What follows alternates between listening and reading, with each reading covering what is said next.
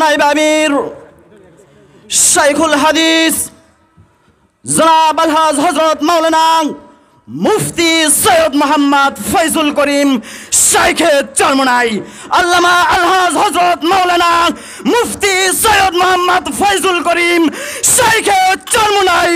নারায়ে তাকবীর, নারায়ে তাকবীর, ইসলাম আন্দোলন বাংলাদেশ জিন্দাবাদ, বরিশালের মাটি শাইখে চরমনাই ঘাটি, বরিশালের মাটি। عليكم ورحمة الله وبركاته. نحمد ونصلي على رسوله الكريم أما بعد فأعوذ بالله من الشيطان الرجيم بسم الله الرحمن الرحيم إن الحكم إلا لله ودرشد اللهم صل على سيدنا نبينا وشفيعنا وحبيبنا مولانا محمد সাল্লাল্লাহু আলাইহি ওয়া আলা আলিহি ওয়া আসহাবিহি ওয়া বারাকা ওয়াসাল্লাম। ঈশা ছাত্র আন্দোলন শাহীবাড়ার বন্দর শাখা কর্তৃক আয়োজিত আজকে ছাত্র সম্মেলনের সম্মানিত সভাপতি, দিগার ওলামায়ে কেরাম, সর্বস্তরের ছাত্র ভাইয়েরা আমার, ঈশা ছাত্র আন্দোলন সাহাবাদের অনুসরণ, এই স্লোগানের মধ্যেই ঈশা ছাত্র আন্দোলনের নীতি ও আদর্শ প্রস্ফুটিত হয়ে উঠছে। তাদের উদ্দেশ্য কি, আদর্শ কি? আমার জানা মতে বাংলাদেশের অন্য কোনো সংগঠনের, চাই সে যে সংগঠন হোক না কেন, খাস করে ছাত্র কোনো সংগঠনের এই স্লোগান আছে মৌলিক আমার জানা নেই। সাহাবাদের অনুসরণ, ঈশা ছাত্র আন্দোলন, এই স্লোগান আমি যতটুকু জানি, আমার এলেমে যতটুকু আছে, যে এই স্লোগানের ভিত্তিতেই ঈশা ছাত্র আন্দোলন গড়ে উঠছে। সেই স্লোগান তারা দিচ্ছে, দিবে ইনশা আল্লাহ। বাংলাদেশে বহুত ছাত্র সংগঠন আছে, অনেক, কিন্তু আপনি ঈশা ছাত্র আন্দোলন করবেন কেন? আমি ছাত্রলীগ করব না কেন? ছাত্র দল করব না কেন?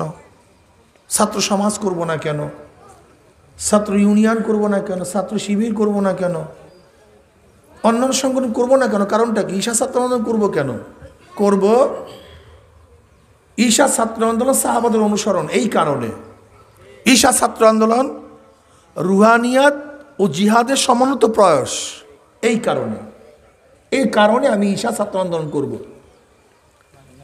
ছাত্রলীগ, ছাত্রদল, ছাত্র সমাজ, ছাত্র ইউনিয়ন, তাদের গোটা কর্মসূচি দুনিয়া ভিত্তিক। আমি এই ডেভেলপ করব, রাস্তা করব, মানুষের অধিকার ফিরিয়ে দিব, যে স্লোগানগুলি আছে সব কি ভাই দুনিয়া, ইহ জগৎ। তাদের প্রোগ্রাম, প্রক্রিয়া, নীতি, আদর্শ সব দুনিয়া ভিত্তিক। দুনিয়া ভিত্তিক হওয়া সত্ত্বেও তারা কিন্তু দুনিয়া ভিত্তিক সেই আদর্শকে বাস্তবায়ন করতে পারে নাই, সাকসেস হতে পারে নাই। কারণ এই দেশ স্বাধীন হয়েছিল তিনটা মৌলিক স্লোগানের ভিত্তিতে: সাম্য, মানবিক মর্যাদা, ন্যায় বিচার। সাম্য, সবাই সমান, আমি বাংলাদেশের নাগরিক, সে হিসাবে আমি ধনী গরিব, শিক্ষিত মূর্খ, যেই হই না কেন, যেই দল করি অথবা নাই করি, আমি নাগরিক হিসাবে আমার অধিকার সমান। কিন্তু আজকে কি দেখছি? সাম্যতা রক্ষা করতে পারি নাই, সাম্যতা নাই। বরং যখন যেই দল এদেশের শাসক ছিল, তাদের দলই, তাদের দলের লোকজনই তারা এদেশের স্বার্থ অর্জন করেছে, কিন্তু জনসাধারণ স্বার্থ অর্জন করতে পারেনি। চাকরির ক্ষেত্রে যখন যেই দল ছিল তারা প্রাধান্য পেয়েছে, যারা দলে ছিল না তারা প্রাধান্য পায়নি। দেশের রাষ্ট্রীয় সুযোগ সুবিধা যারা যখন ক্ষমতায় ছিল তারাই ভোগ করছে, কিন্তু রাষ্ট্রীয় সুবিধা সাধারণ মানুষ ভোগ করতে পারেনি, তা সাম্যতা রক্ষা করতে পারেনি। আমরা জানিই না বাংলাদেশ কেন স্বাধীন হয়েছিল, কোন স্লোগানের ভিত্তিতে স্বাধীন হয়েছিল, আমরা অনেকেই জানি না। মানবিক মর্যাদা, আজকে মানবিক মর্যাদা বলতে কিছুই নাই।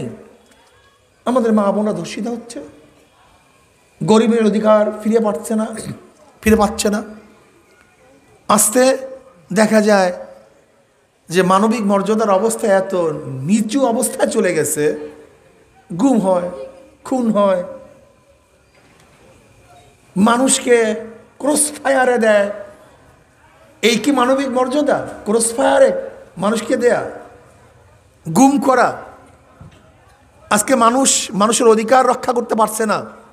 এর জন্য কি আমরা দেশের স্বাধীনতা চেয়েছিলাম, স্বাধীন করেছিলাম? অবশ্যই না। আজকে ন্যায় বিচারের অবস্থা তো আপনারা ভালো মতোই জানেন যে কি চলতেছে বিচারের নামে। তা সাম্য, মানবিক মর্যাদা, ন্যায় বিচার আমরা করতে পারি নাই। আজকে আমরা কি দেখেছি যে বাংলাদেশে যে বরাদ্দ হয় বর্তমানে তার 70% টাকা চুরি হয়। আমরা কি দেখেছি, একজন জেলার ছাত্র সংগঠনের সভাপতি, এই যেমন ফরিদপুর জেলার বর্তমানে একটা উদাহরণ দেই, ছাত্রলীগের সভাপতি, পত্রিকায় দেখেছেন 2000 কোটি টাকা পাচার করছে। 2000 কোটি টাকা। এত আমাদের মুখে উচ্চারণ করতে মনে হয় ওজন লাগে, কি কথা ঠিক না? অথচ তার পদবী কি?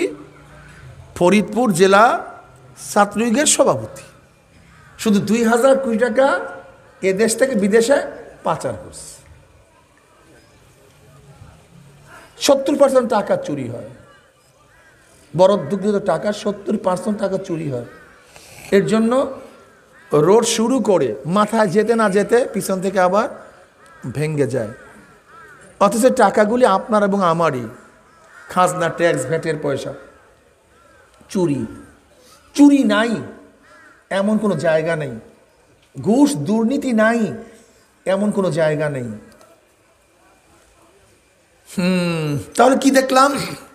খুন ফিরাতে পারি নাই, ধর্ষণ ফিরাতে পারি নাই, গুম ফিরাতে পারি নাই, মানুষের মর্যাদা ফিরিয়ে দিতে পারি নাই। তাহলে যেই সংগঠনগুলি করি শুধু দুনিয়ার জন্য, সেখানে দুনিয়াতে আমরা সাকসেস হতে পারি নাই। আর কবরের নিচের কথা তো বাদ, তারা তো বিশ্বাসই করে না। অনেকেই বিশ্বাসই করে না। ঈশা ছাত্র আন্দোলন, ঈশা আন্দোলন শুধু দুনিয়া নিয়ে টেনশন করার চিন্তা করে না, তারা দুনিয়া ও আখিরাত নিয়ে চিন্তা করে। কারণ আমি মুসলমান, আমি বিশ্বাস করি, আমার ঈমান, আমার বিশ্বাস, আমি যাহা কিছু করব দুনিয়াতে, যা কথা বলবো, যে কাজ করব, সব কথা এবং কাজ কিয়ামতের ময়দানে মিজানে পাল্লায় ওজন করা হবে।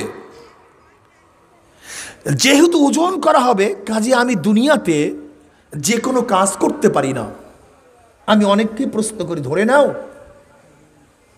যদি কিয়ামতের ময়দানে আল্লাহ তোমাকে প্রশ্ন করছে, আব্দুল্লাহ তুই মরলি কেন?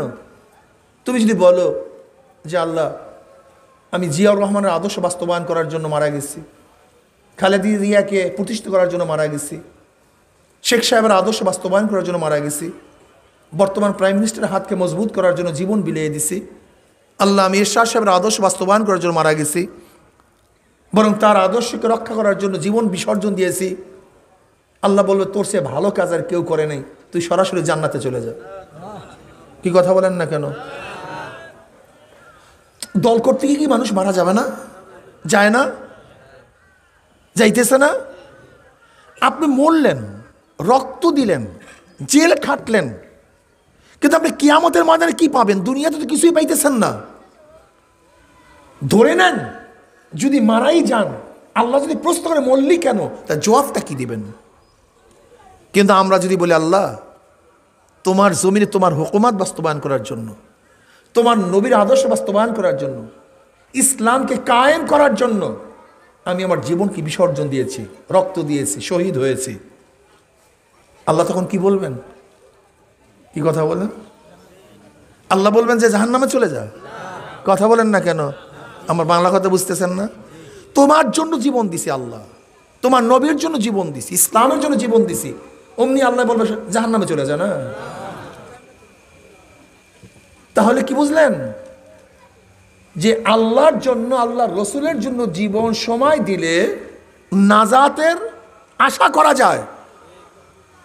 তাহলে আমরা দুনিয়াতে যদি কিছু না পাই, আমি বিশ্বাস করি যে আখিরাতে সব কিছু পাবো, তাহলে দুনিয়াতে কিছু না পাইলেও আমাদের লাভ।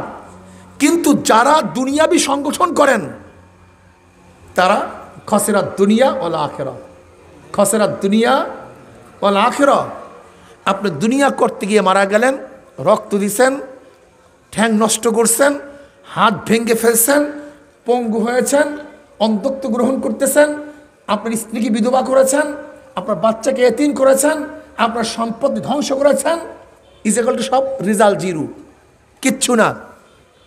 আর আমি যদি আল্লাহর জন্য কাজ করতে পারি, দুনিয়াতে কিছু পাই অথবা নাই পাই, আমি বিশ্বাস করি এটা আমার নাজাতের উসিলা হয়ে যাবে, এটা মুক্তির উসিলা হয়ে যাবে।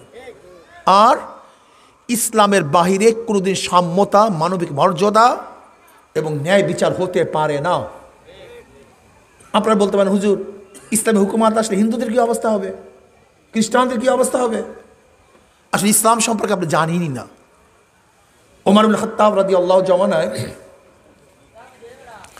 আমর বিন আস রাদিয়াল্লাহু তাআলা আনহু ইরাকের গভর্নর ছিল, তার ছেলে ছিল মুহাম্মদ। সে এক আরোহী, ঘোড়া আরোহীকে সামনে পেয়েছে, সে বলতেছে ঘোড়াটা আমার, সে বলতেছে না ঘোড়া আপনার না, এটা আমার। তর্ক বিতর্কের পরে গভর্নরের ছেলে আরোহীকে ক্রাশ ক্রাশ করে একটা চাবুক মেরে দিয়েছে। সে ছিল খ্রিস্টান। সে আর বিচার নিয়ে মুহাম্মাদের বাবার কাছে যায় না, সরাসরি মদিনায় চলে গেছে ওমর ইবনে খাত্তাব রাদিয়াল্লাহু তাআলার কাছে, গিয়া নালিশ দিছে। ওমর ইবনে খাত্তাব রাদিয়াল্লাহু তাআলা বললেন এদেরকে মেহমানখানে নিয়ে যাও, আপ্যায়নের ব্যবস্থা করো। বাস ওইদিকে চিঠি লিখছে আমর বিন আসের কাছে রাদিয়াল্লাহু তাআলার কাছে, তুমি তোমার ছেলেকে সহ চলে আসো। আসছে, সাক্ষী প্রমাণে দেখা গেছে যে আসলে ঘোড়া ওই খ্রিস্টানের, এবং অবৈধভাবে তাকে চাবুক দিয়েছে। কাকে চাবুক দিয়েছে? খ্রিস্টানকে। কে দিছে? গভর্নরের ছেলে। এবার ওমর ইবনে খাত্তাব রাদিয়াল্লাহু তাআলা আনহু চাবুক নিয়ে ওই খ্রিস্টানকে বলছে, তুমি মুহাম্মদকে করশ করশ লাগায়া দাও। ধাম ধাম লাগায়া দিছে। এবার চাবুকটা নিয়ে আবার তার হাতে দিয়ে বলছে এবার আমাকে লাগাও। ওমর ইবনে খাত্তাব বলছে আমাকে লাগাও। বলে কেন? বলে আমার স্টেটের মধ্যে তোমাকে নিরাপত্তা দিতে পারি নাই, তোমাকে নিরাপত্তা দিতে পারি নাই, এই দোষী আমি, কাজে আমাকে তুমি চাবুক মারো। এর নাম ইসলাম, এর নাম ইসলাম।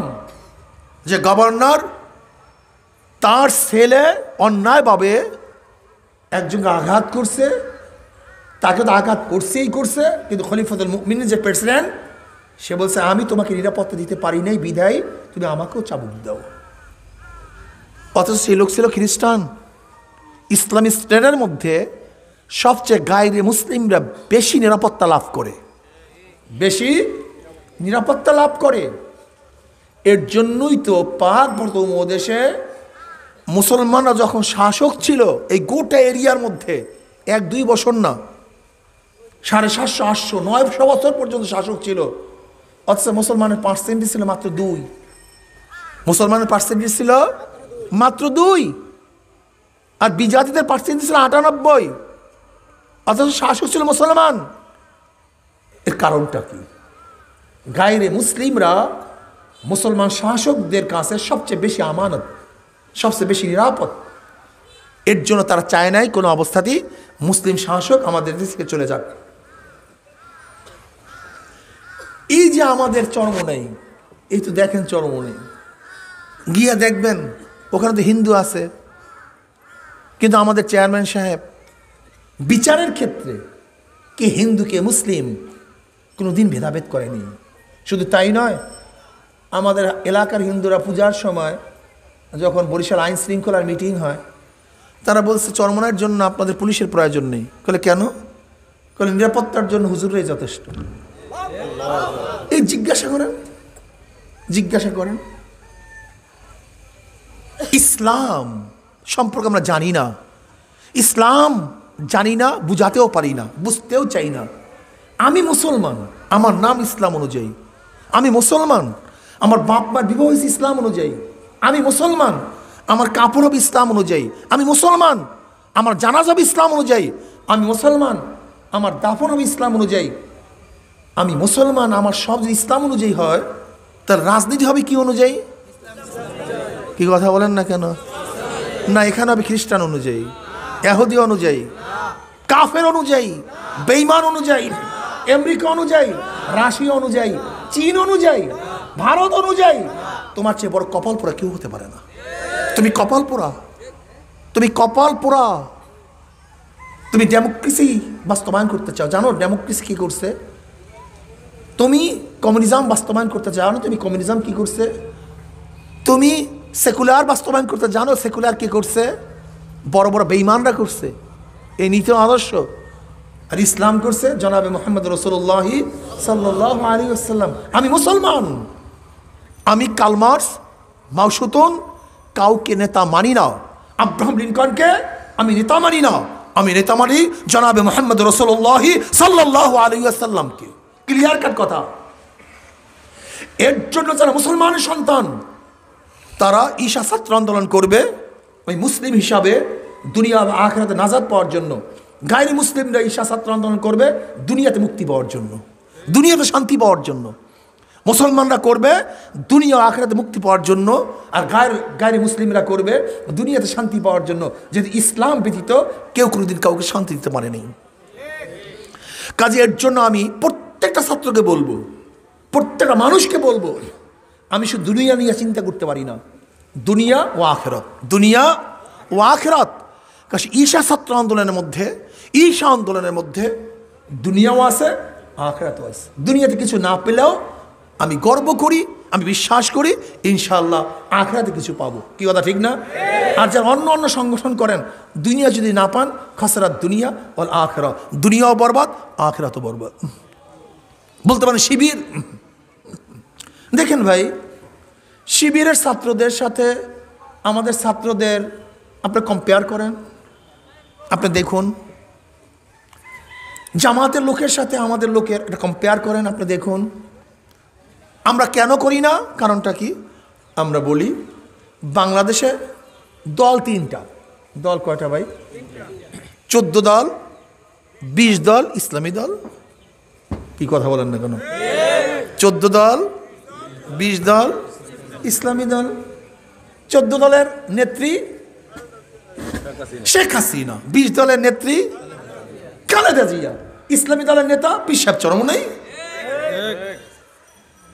কাজী আমি ইসলাম চাই, ইসলাম করতে চাই না। আমার নেত্রী খালেদা জিয়া, না আমার নেত্রী শেখ হাসিনা, আমার নেতা পীর সাহেব চরমনাই। এর জন্যই আমরা বলবো, জামাত বলেন, অমুক দল বলেন, কেউ 20 দলে, কেউ 14 দলে, ইসলামী আন্দোলন বাংলাদেশ তারা আছে ইসলামী দলে, তারা ইসলাম নিয়ে আস। যারা 20 দল করছেন, 14 দল করছেন, দুনিয়ার থেকে কি হয়েছে? আপনাদের কি পেয়েছেন? কদ্দূর হয়েছেন? আত্মতৃপ্তি কি আছে? আর আমরা যে ইসলাম নিয়ে আসি, আমরা গম পাই না, অমুক পাই না, তমুক পাই না, কিচ্ছু দরকার নাই, কিন্তু মনের মধ্যে আমরা একটা শান্তি পাই, যে শান্তি কোনোদিন প্রকাশ করা যাবে না, প্রকাশ করা যাবে না। এতটা শান্তি পাই। আমি ইসলাম নিয়ে আসি, এইটা আমার গর্ব। আমি ইসলামী আন্দোলন করি, এটা আমার গর্ব। আমার নেতা জনাবে মুহাম্মদ রাসূলুল্লাহ সাল্লাল্লাহু আলাইহি ওয়াসাল্লাম, এটা আমার গর্ব।